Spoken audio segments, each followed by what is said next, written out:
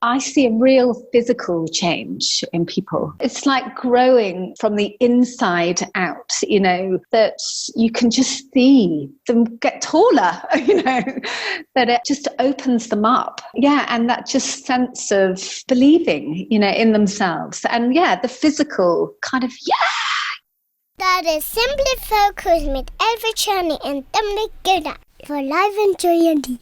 Are you ready for this new episode? Then please welcome your hosts, Elfie Journey and Dominic Godad. Hello and welcome to episode number 83. We are here on Zoom with Tara Gretton. Hi, Tara. Hi Dominic. Hi, Elfie. It's so good to see you. And you're in Bath right now. Yes, I am. Yes, in very rainy Bath. It's raining a lot. So we have been there in summer when it was sunny Bath, and we had and joy to spend time with you, at the UKASFP conference, and to spend time with you before the UKASFP conference. And we really fell in love with the work you do. So we're very grateful to have you here today. Thank you. Oh, thank you. And Elfie and Bibi even joined your workshop on solution-focused DJing at the UKASFP conference. So we're very, very curious and we're happy to talk about that with you. Tara, you're the founder of Solution Revolution, where one of your main topics is to give young people a voice. You're a member of the Solution-Focused Trainers Ltd, together with John Wheeler, with Naomi Whitehead and Kitch Burns. You're working with schools, you're working in so many different fields, and everywhere I see the value of solution focus. And you're also working with organizations. You're working as a solution focused facilitator and practitioner, also in private practice with your therapy and coaching practice. And we are curious what topics we will touch today in particular. So before we come to that, what fascinates you with solution focus?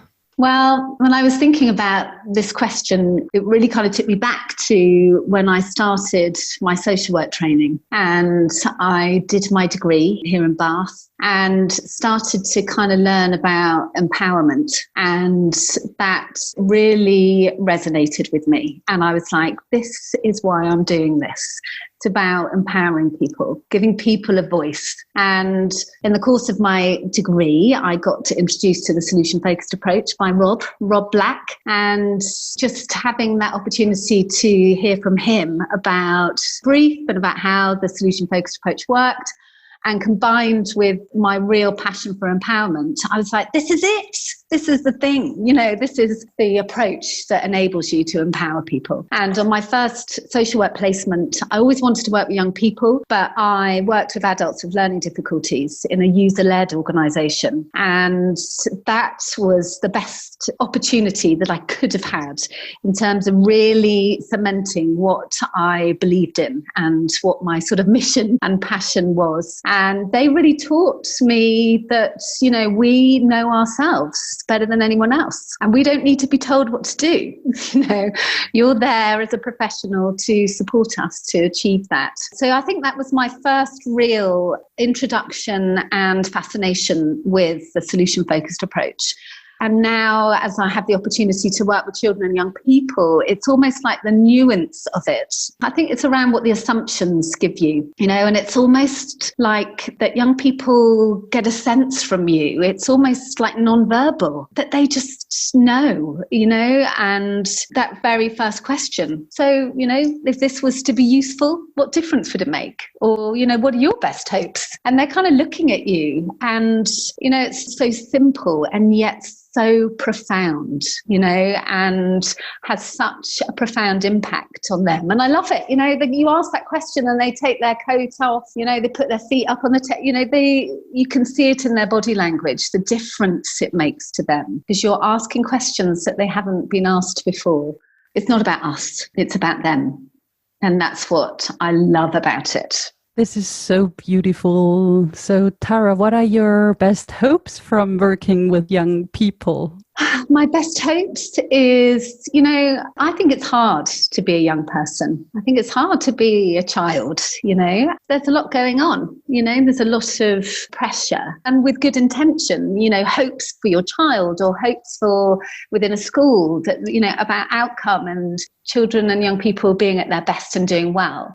But my hope is that they get an opportunity to say themselves what they want. Like I said, even if the intentions are good, rather than us doing to children or saying this would be good for you, or, this is what we want for you. It's like, what do you want? And, and what I love about the solution-focused approach, it's about asking them what they want, but then the beauty of asking them how they cope and manage, what they do well already. And for me, that is just so important and so wonderful to give them that opportunity to notice themselves. And that sort of domino effect of change once you open up that conversation with them. So, yeah, my best hope for young people is to have a voice, to hear their own voice, to believe in themselves, and to notice the small things, to notice the small things that they do well already that's going to help them, in their future lives. So how do you work with them to give them a voice? And also how does giving them a voice through solution-focused questions helps them to really also use their voice in their life?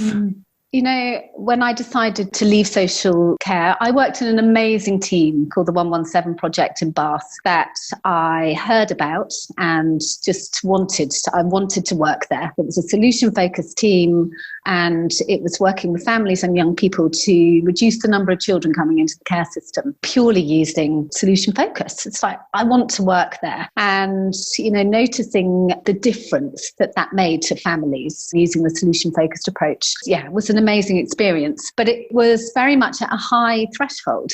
People were coming into social care at really difficult times. It's almost like, please take my child. Things are so difficult. And I felt really passionately that we need to be having these conversations earlier. We need to be getting in there sooner rather than waiting to that point. And I just gave up my job, much to my husband's like, okay, fine, I'm giving up. I'm setting up on my own. I'm going on a mission. And that's what I wanted to do, was to try and offer a solution-focused conversation to young people much earlier. A lot of the work that I'm doing is, why can't it just be an everyday conversation? Why can't it be within the culture of schools, that's the language that they're promoting and using? So that's something that I'm doing a lot of sort of with my training in schools. And it's just evolved that way, that schools are more and more interested. They're seeing the usefulness of it, the impact that it has. So in my group work, it's about, let's just introduce the language, rather than, it necessarily being in a one-to-one or therapeutic setting. Let's just introduce the language of SF to children and young people in our communities and in our schools. And how do you do that? So, specifically thinking about the DJ workshop. So, I have a real love of music. Music is really important to me, as is drama. We do drama workshops as well. But in the DJ workshops, it's really interesting how it's evolved. So I work alongside this amazing DJ, Adam Rackabeat, who's really a very cool guy and also works as a mentor with young people as well. So he's really passionate about the well-being of young people.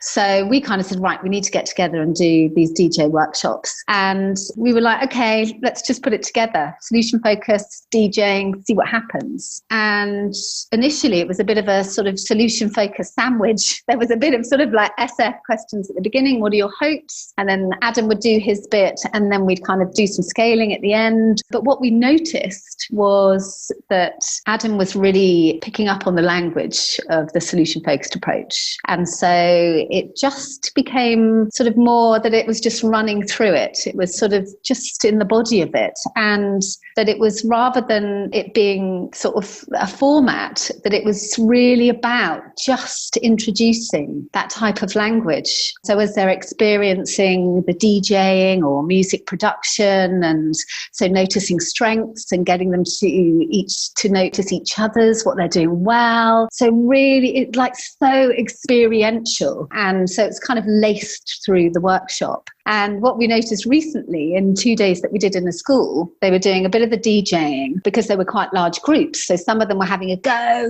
so, loving it. And then the rest of them were dancing. And I was like in the middle of it, dancing with the kids. And it was just really interesting that when we asked the questions afterwards, after them experiencing either doing the DJing or feeling what music did to them and what dancing did to them, and then getting them to notice what difference it made, was just amazing. And, how they were able to kind of relate that to their well-being as well, so really experiencing music and then enabling them. It just seems to open them up to being more, thinking about possibility and hope about themselves and noticing more about themselves. So it's a lot of fun, but it is about just introducing this as a way of thinking and a language that you don't need to analyze the problem. You can focus on what you want, and you can do these things because there's so many things that you do well already. We were asking questions to them at the end, about what difference music makes to you, but we were like, what else do you do that helps you? Because it's well-being week, and so what helps you around your sort of well-being? And they're like, I stroke my dog, I read a book, and I wonder whether they have had the opportunity to notice these things before. And the difference that it makes to them, that wow, I can do things, I'm doing things already that are good for me and that help me cope. So yes, sorry, I've just gone rambling on. It's amazing to listen to you. And I particularly love this combination of really creating an experience with dance, with music, with being on the scratch board and composing music, and then bringing this experience back to their everyday life, basically. And I think this makes a huge difference. And you told me a few days ago that you love to work with strength cards as well, and that it's sometimes really hard for young people to see their strength. So how do you do that? Yeah, so I've been using it in my private practice as well, but I've just started an amazing opportunity in a secondary school working with sixth formers, so young people that are about to take their A-levels. And a lot of the young people that are coming to see me are sort of in their second year. I was like, wow, they've got so many big, they've only done 1 year of their A-levels. They're starting their second year and they've got to be doing their application for university, or whether they're going to university, are they going to do something else? And there's just so many big decisions. They're really thinking about their futures, in being adults, and also thinking about so many other things, that's happening in the world. So much to manage as they kind of prepare to take that leap into adulthood. So, their hopes are to manage their anxiety quite often. And in that, they seem to forget what they've managed before. They only see these kind of big decisions and the struggles that they're having with them in that moment. So giving them the opportunity to really notice themselves. So to describe what they want, their preferred future, but then to give them the opportunity to really notice what they have coped with and how they've done that previously. But sometimes I think they find that really, really difficult to do that. So I lay out all of the strength cards and I just give them an opportunity to spend some time to get up and just walk around the room, have a look at the strength cards and to think about themselves, a time when they've coped, when they've managed a big decision in their lives, and to select, some strength cards, however many cards they like, to describe, themselves in relation to how they coped and managed. It's a really beautiful exercise, and I feel really privileged to be able to give them the opportunity to do that. And there's some awkwardness around it. We don't often ask people, what your strengths are. So just giving them time and space to be able to do that. This is a safe space for you to be able to really notice yourself. And so then they select the cards and then I ask them to describe to me, why they chose that. Or we might do, what would school pick for you? If I was to ask them, what would they say? Or your mum, or your friends. So to really think about what others would notice as well. And as they kind of relax into the exercise, and they've got the cards and they're kind of going through them and, really staring at them and thinking about it, it's just a really beautiful thing to see them, to notice themselves, or to enable them to think about how other people see them and notice what they do well and these strengths. So yeah, I find that the strength cards are a really useful tool in enabling that. What kind of strengths are there on these strength cards you use? Curious, determined, sincere, generous, fair, caring, flexible, wise. And it's really interesting how, given the opportunity, the things that they notice about themselves, that, describing themselves as wise or what other people would notice about them, energetic, hopeful. And actually I've noticed that recently, how many of them pick hopeful. I think I've said appreciative, modest, adventurous. Yeah, and I let them just pick as many as they want, So no restrictions with no restrictions, no restrictions. Yeah, I'm so fascinated by the way that the solution-focused approach is on the surface. The conversation, it's in that moment, and it's so profound, or it can be, the experience of that by staying on the surface, what difference it can make to people. Yeah. Yeah. You also mentioned that it's easier for them to pick cards than to come up with own strength in the beginning, and that it helps them to find their own words and their own strength and own answers. Yeah, because I think they're kind of awkward about it. It's a hard thing to do. So I just think it kind of enables them, opens them up to that. And what I notice is once they do it, they'll pick loads. They'll have 20 cards. And you're like, yes! And then what I notice in this sort of sessions after that is that you don't necessarily need to use the cards again. Yeah, you might come back to them, but it's just opened up that possibility of seeing themselves with strength. Yeah. And what I really love is that just what you said, you have them describe then, how do you behave when you are wise? What are you doing then? And so it's really bringing words into actions and then making things visible and seeing how others might see them, and by that just giving meaning to the words in different ways and creating wiseness. Is this an English word? It is now.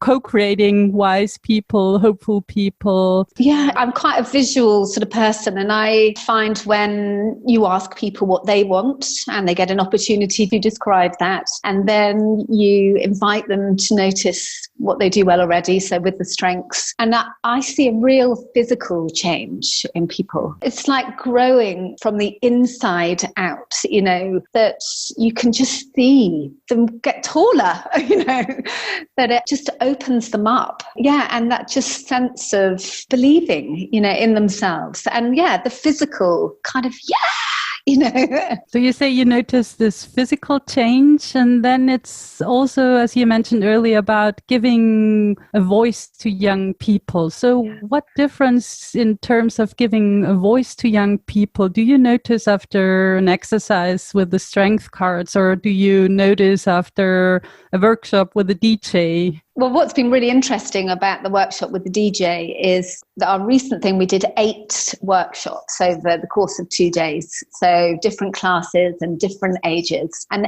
everyone was so different. Everything, the things that they said, was so different. But each of them was so insightful, such wisdom, wiseness. I think you can learn so much from young people and children. Even there was little ones as small as 6, and the stuff that they were saying was just so insightful, so wise. And I think giving young people a voice, giving them that opportunity to be comfortable to say, to invite them to contribute, to co-create, to collaborate. And they've got some really useful things to share. And I find that I learn from pretty much every child and young person that I work with. They're just full of wisdom. And I think the process enables them not only for us to see that and share that and experience that, but for them to notice about themselves. It also shows the big difference when someone is listening to them and really appreciating and taking them as experts for their lives and their voice and their words. Yeah, and when I'm sort of delivering my training, I'm thinking about the pace of a solution-focused conversation and the space that you give within a solution-focused conversation. And I think working sort of in a school environment or working with children and young people, we kind of want to fill the gaps, we want to kind of advise. But actually within the solution-focused approach, giving that space and taking your time over the conversation, really, really listening, and the difference that makes to them when they feel heard. It makes such a difference. And then giving them the space to think. I don't think often enough that there is time. We don't give young people enough space to be able to really think. So I think that's so empowering to them. And again, that kind of physical change that you see, I've got something really valuable to say. Yeah. Well, and for me, your motto of giving young people a voice, well, I can see that in everything you do. And I'm still deeply touched when I think back to the UKASFP conference and the workshop you did there, because there you didn't speak for the young people, but you brought them into the workshop room. You invited a few people from a class, from a school who works mainly with deaf people, and then also another group of young people who did a trauma workshop together with you and your colleagues. And it was so beautiful to see those young people and to, have the chance to converse with them, to have the chance to ask them how they experience the work you do, and to see them standing in front of a whole group of strangers working with the solution-focused approach, asking them questions, looking at them, and I think, looking for their brilliance, and yet being there and standing there and talk to us and share their stories. This was amazing. And I'm really very grateful that you did that, because I remember in another setting you mentioned we should really bring our clients into the workshop rooms. And it's just wonderful to see how you did that as a role model. And it's very inspiring. So thank you very much. Oh, thank you. Yeah, again, something that I really love about the solution-focused approach, it's not about the professional, it's not about us. It's so about them. So, I believe in sort of a workshop setting as well. It's important to hear from them. And for us to be in the wings, to be at the back is so important. And actually what I noticed in that workshop, they loved it and they thrived, and they were saying things that I hadn't heard them say before, so even in that experience for them made a huge difference to them. It's about them and it's about their voice. And they loved it. And so did we.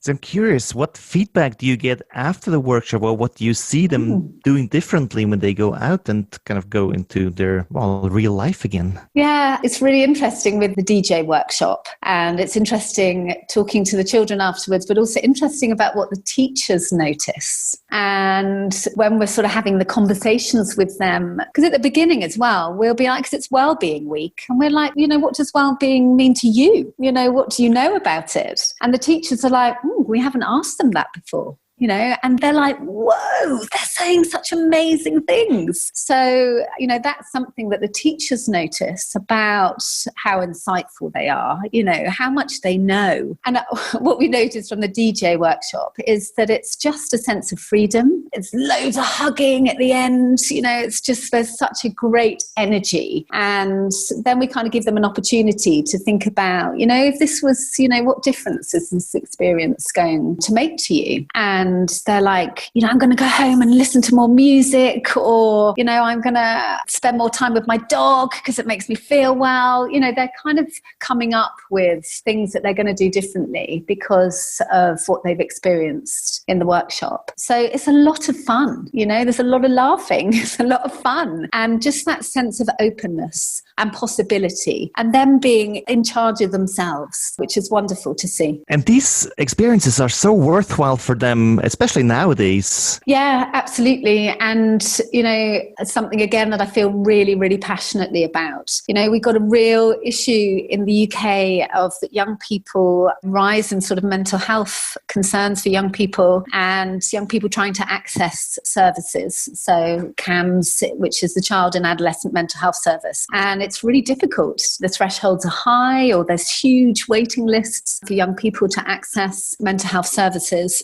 And also what I noticed is that young people are sort of self-diagnosing, that they're giving themselves sort of labels of anxiety or depression, and almost that they feel that they have to do that in order to be heard. So what I feel passionately about a lot of things relating to SF, but is if we are offering a solution-focused conversation early or whenever to young people and really working with them to describe what they want, but again, to notice how they cope and how they manage, every day with the things that they're struggling with, then I feel really strongly that this will make a huge difference to this epidemic of mental health issues that we've got.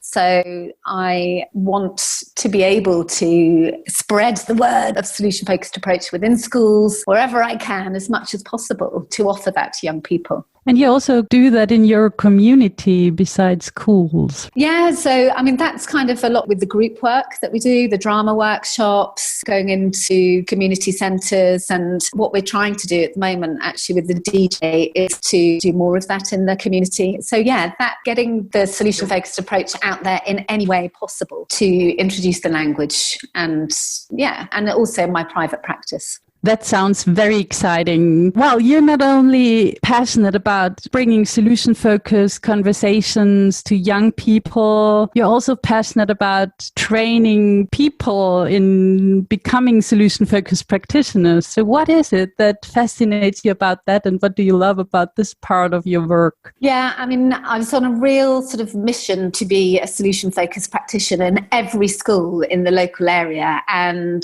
what I noticed was that schools, might not just want me there, and a lot to do with funding, that it might be simpler or easier to train somebody and to bring the solution-focused approach into schools that way. So yeah, I got to do the solution-focused trainers course myself, and then I was like, I want to deliver the course in Bath. So having the opportunity to train teachers or support staff in school, it's just making a real difference locally. So yeah, having the opportunity to train people in schools and then coming to do the solution-focused trainers course is really interesting, because they're going back, they are using the approach with the students, they're sharing their experience of doing the course. There's a real buzz. It's kind of like there's a buzz on the street. The solution-focused approach is really good. It's really useful. It's making a difference. And then what comes from that is quite often then they'll ask me to go in and train staff. What's really brilliant is not only seeing the solution-focused approach again in that one-to-one therapeutic setting, but that actually we can use this in any conversation. And I kind of describe it as corridor conversations, between the teacher and the child, that you can draw on a tool, use the solution-focused approach, embed the assumptions of SF, and that make a difference to the conversations that you're having with a child at any point in the school day.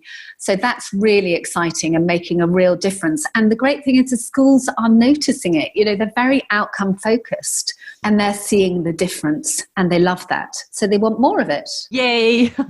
So of course now we are curious, how do you do that in your course, that they go out and are so enthusiastic about that? I think, it's a real privilege to deliver John Wheeler and Greg Vinnicom's Solution-Focused Trainers course. It's beautifully put together, and, it shares the history of the solution-focused approach, which I think is really important and relevant. It helps to build that picture and why you fall in love with it. But it really focuses on the assumptions. And I think that's really important. And what I've learned from the course and delivering the course is how important the assumptions are. And that if you sort of almost embody them, if they're running through your veins, then the questions and the conversation will come. And, when you talk to people in schools and you're sort of inviting them not to define children and young people by their problem. You've got a class of 30, you've got a difficult young person. It's hard not to see them,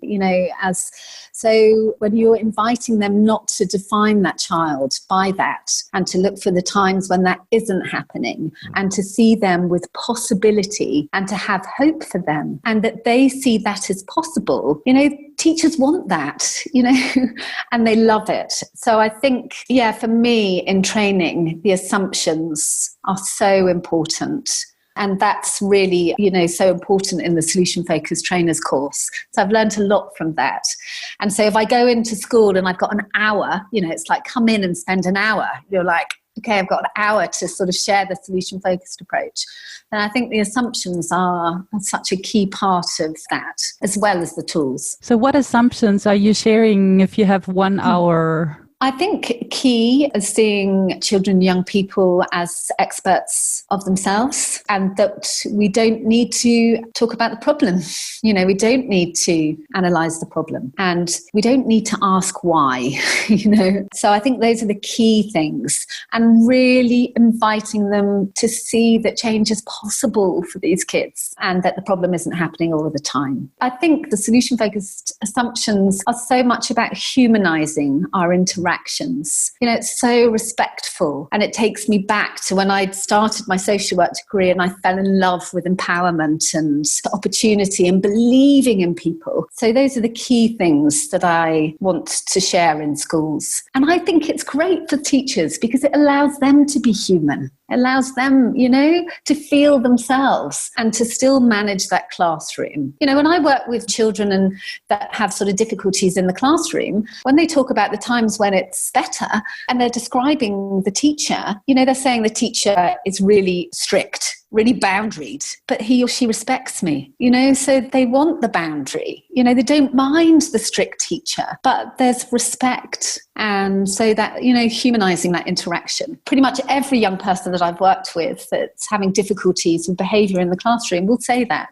And I think this is so true. I right now picture teachers I had and I really admired. And those were strict teachers who set boundaries and teachers who were really respectful and knew what they talked about. Or at least I felt that they know what they talk about. Yeah. You mentioned earlier that your first career was drama school, and I'm really curious how drama school and solution focus inspire each other in your world. Yeah, it's a really interesting question. Drama when I was younger it was everything to me when I was at school, and it was the thing that I was good at. And I wasn't particularly academic. So drama was my thing. And I was, loved being sort of a bit of a character actress. And I don't know, there's something about being somebody else and, the possibility and the adventure in that.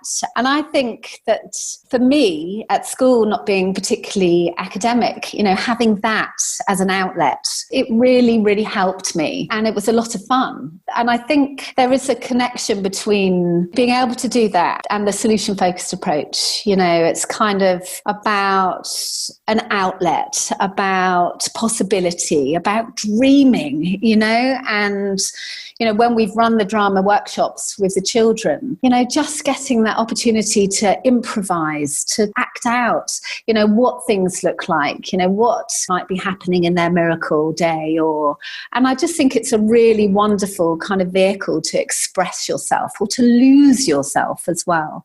And I know for me as a child and a young person, it was really, really beneficial to me growing up. So it's losing yourself into your preferred future and what works. That sounds wonderful.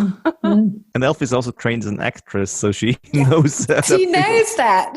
Yeah, I do.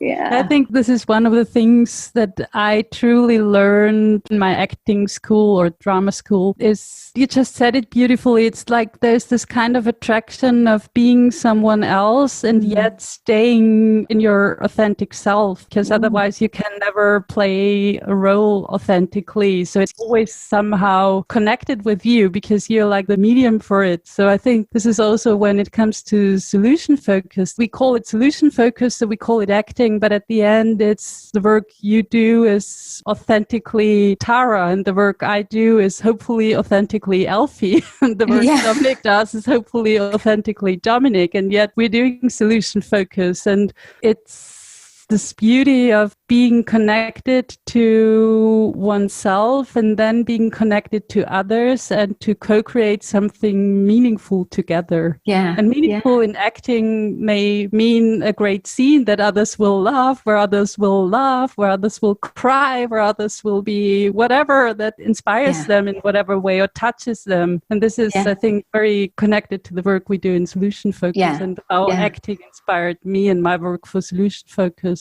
Yeah, absolutely. Yeah. One similarity I see is also the reaction that happens to me when people ask me about my preferred future or about what I've worked in the past, kind of describing them or also acting out a person that I could be, that I was already, and I can be again. You said they act out their preferred future. And I think it's also the same when we talk about it. You have those feelings about your preferred future and you see yourself doing things there as someone else in the future, as you in the future as doing something else. Naomi Whitehead, my wonderful colleague, we were having a conversation recently and we were talking about, lots of different things. And she was sort of describing the miracle question or describing the preferred future as daring to dream. And I loved that, that possibility and visualizing, acting out that preferred future, daring to dream. Yeah, I love that. Oh, me too. So Tara, looking back on your solution-focused journey, if there is one learning, one thing you might not have mentioned yet that was truly, truly important to you and made a difference in your work and the way you work, what is that? I might have touched on it in some ways, but I think it's a balance of power. I mean, I have sort of spoken about it, but it is so important to me. It's hard not to mention it again. It's not about you. We have a job to do. We have the questions to ask. But I think it is such a privilege to be invited into someone's life and to invite them to notice themselves, invite a child to see themselves in all their glory, all the things that they cope with, that they do well, and to describe what they want to be different. It's just, such a privilege to be able to do that. Yeah, I think I've probably said that before, but it's hard not to say it again. And I think it's very, very important to say it all over again and again and again. And there's one more opportunity to say it again with the challenge of the week. Yes. So I was working with a young person recently, and he's a A-level student. He had a lot going on, a lot to think about, a lot of decisions to make, and his sort of best hopes were to be able to manage his feelings better, to be sort of less worried about things and to be at ease with himself. And when he described his preferred future, he talked about taking up swimming again, and this was something that he had done before, and that he remembered that it made a real difference to him, that it calmed him down. So, in order to achieve his best hopes, he felt that maybe trying swimming would be useful. So I saw him again and, asking him what had been better. And since we'd last seen each other, and he said, I went swimming. And he said he'd talked to a friend before. He was a competitive swimmer and he'd given him this program, what he was to do in the pool. And so he got in the pool and, started to do this, lots of swimming, like lengths underwater. And it was too much and he couldn't breathe. So he had to come out of the water and he was quite frightened and anxious. So he just kind of took himself to the side of the pool and just started to consciously breathe, just to notice his breath. And he sort of calmed himself down with the use of his breath. He then said to me, so then I just swam gently up and down the pool, not trying to swim underwater, not fast. And he said, there was peace. So I was like, wow, this is amazing. And I said to him, what difference has this made to you? And he said, well, since then, when there's been times when I've been at home and my brother's been arguing with my mum and I want to get involved, and he said, I just take a step back and I breathe and I think about gliding up and down the swimming pool. I think about that, think about my breathing, and I calm myself down. So I was just really, really struck by this conversation. So I just want to invite people to think about something in their lives that has worked, that has helped them, whether it's when they're stuck or whether they're worried, in the moment about something, what they do that works, like with this young person thinking about the swimming. And I would just invite them to think about their breath and, if they can, close their eyes, consciously breathe and just think about that thing, whatever it is, that helps them in that moment.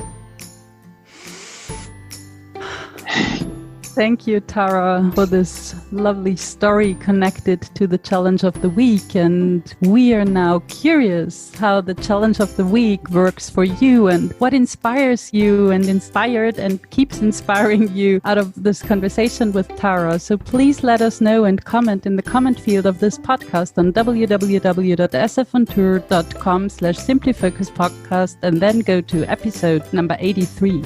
And please remember, what inspires you might also inspire someone else to keep going their solution-focused journey, to keep spreading the word wherever they go, as Tara does, in her community, as Tara does with schools, with young people. So please join the conversation and let us know. And one thing that works well for us is reading your comments and your reviews that you write on our podcast, in the comments section of our podcast, or on iTunes and other platforms. And whenever we get one, we not only reply, but we are also having a very good week. So please leave a comment in the comment section of our podcasts, write a review on iTunes, and help other people so that they find the Simply Focus podcast too. And as usual, you will find all the resources we mentioned in the podcast again in the resource section of this episode. So thank you very, very much for listening. Thank you very much for this lovely conversation, Tara, and have a wonderful, great week. Goodbye. Goodbye. Goodbye. Wow, what a great episode again. Do you also like the Simply Focus podcast? Then help Elfie and Dominic spread the word. Give the Simply Focus podcast a 5-star rating on iTunes, Google Play, and other platforms. Plus, don't forget to subscribe so you never miss an episode. This was Simply Focus podcast with Elfie Cherney and Dominic Godat, your podcast for a life in joy and ease.